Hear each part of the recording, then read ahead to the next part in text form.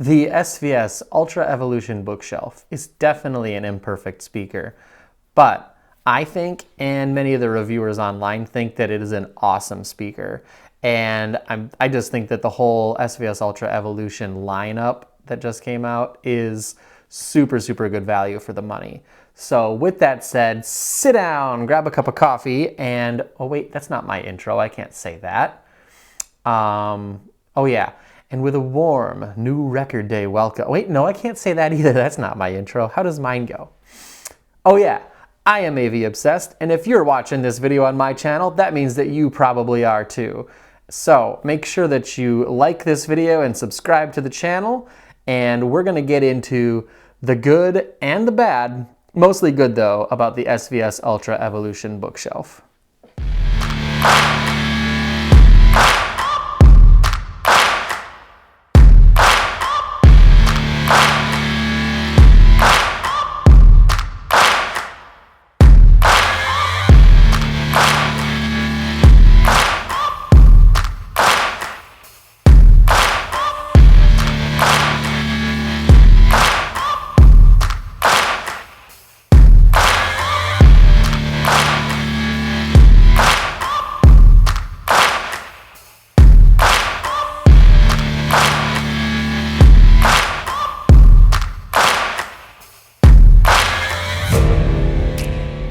So just getting into the specs of the speaker, you're looking at a rear-ported MDF cabinet that comes in gloss black or gloss white or a black oak veneer finish. It stands 14 and 15/16 7-inch tall, 10 and 15/16 7-inch deep, and 8 3/4 of an inch wide, and weighs 18.8 pounds. You've got a 1-inch diamond-coated aluminum dome tweeter up top and a 6.5-inch glass fiber woofer with a rubber surround on the bottom. Rated frequency response of 40 hertz to 40 kilohertz, rated for anywhere between 15 and 150 watts of power.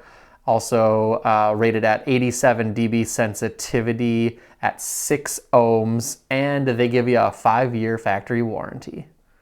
So just let me give you a little look around back on these speakers, which means I'm going to put fingerprints and handprints all over them, but not really much I can do about that. But I actually am a huge fan of the hardware that they used on these speakers.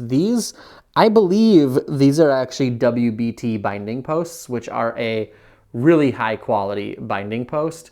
Your banana plugs will seat firmly all the way down inside of these.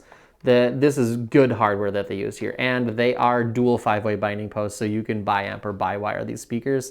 And then you see the little angle right here that matches the angle of the front of the speaker, and then the port on the back.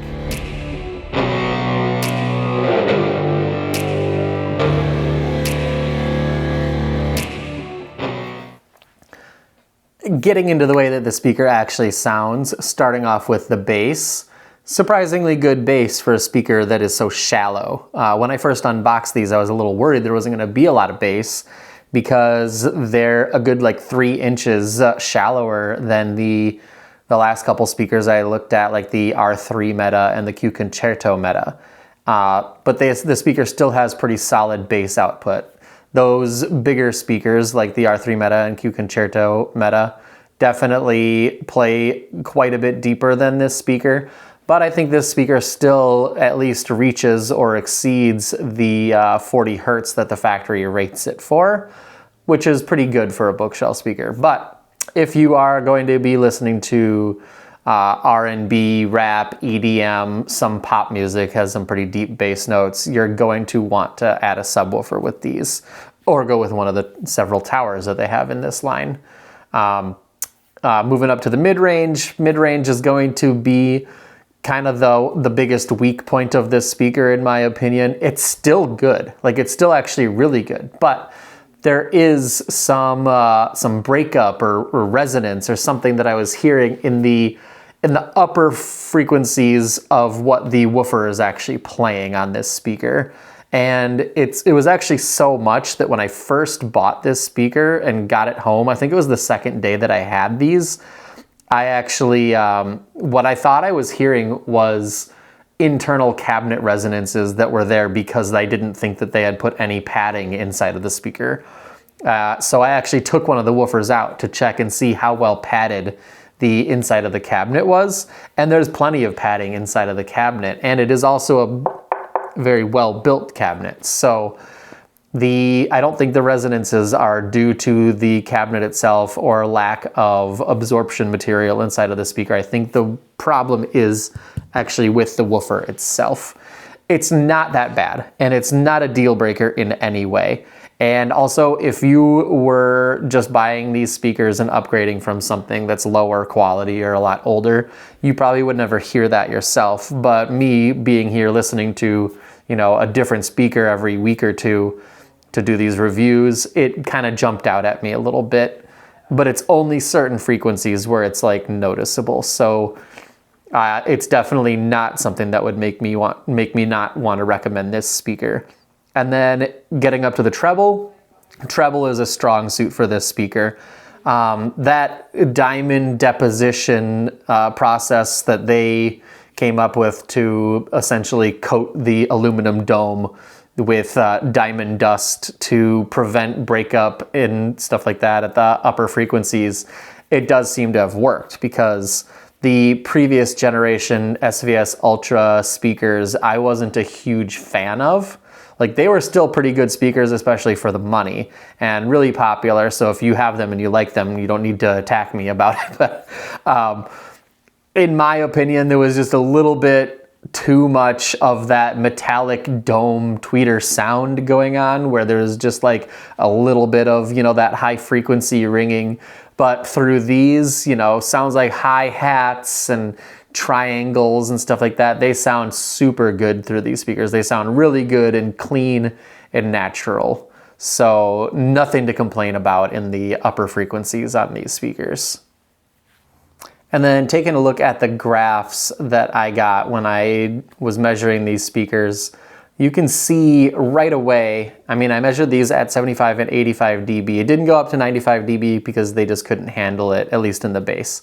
But at 75 and 85 dB, you can see that the bass does start to roll in pretty much right at 30 hertz. It just doesn't quite get all the way up to on par with the rest of the frequency response of the speaker.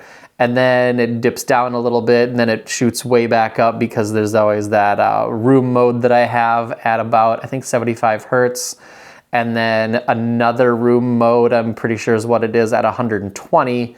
And then there's two big spikes between 200 and 300 hertz. And I think that that's what I was hearing when I was talking about the resonance and the upper frequencies of what this woofer plays.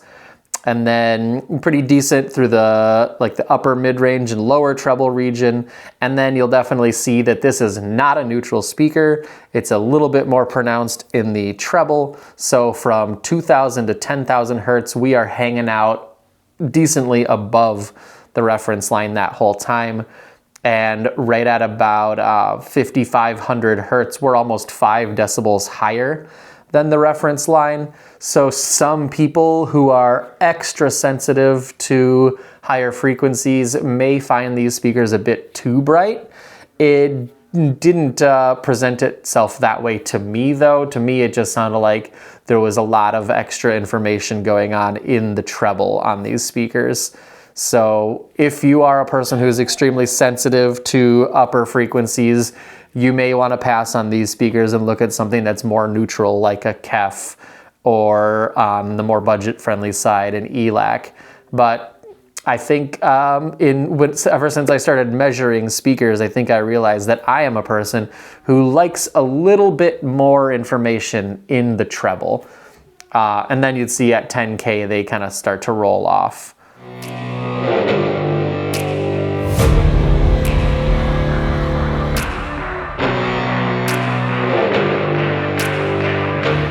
And then getting into what these speakers really excel at is the soundstage and imaging portion of the review.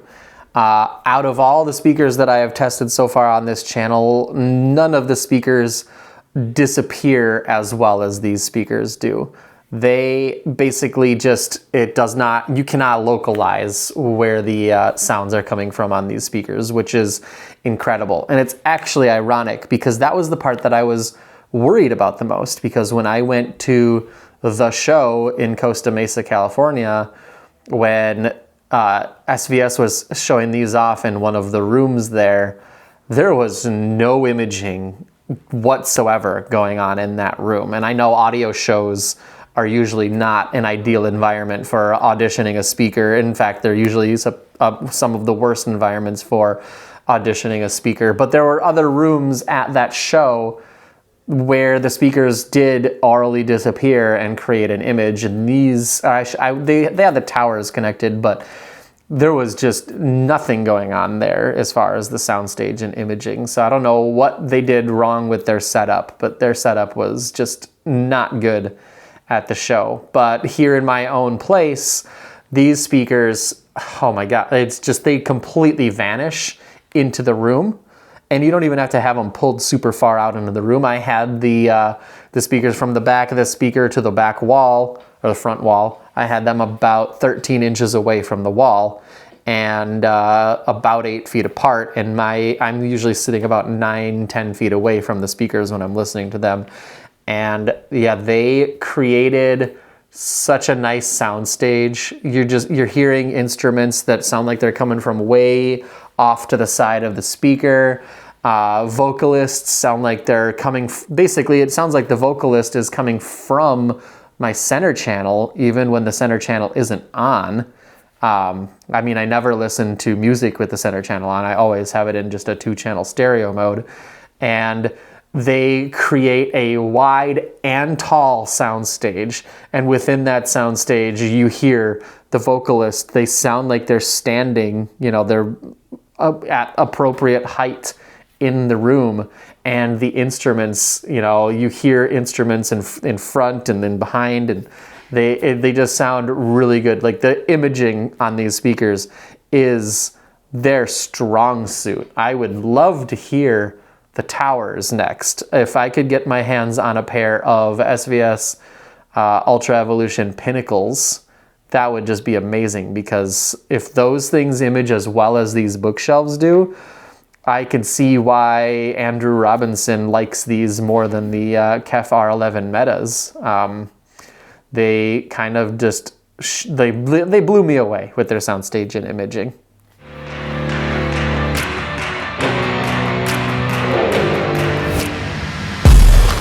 And then we get to conclusion time.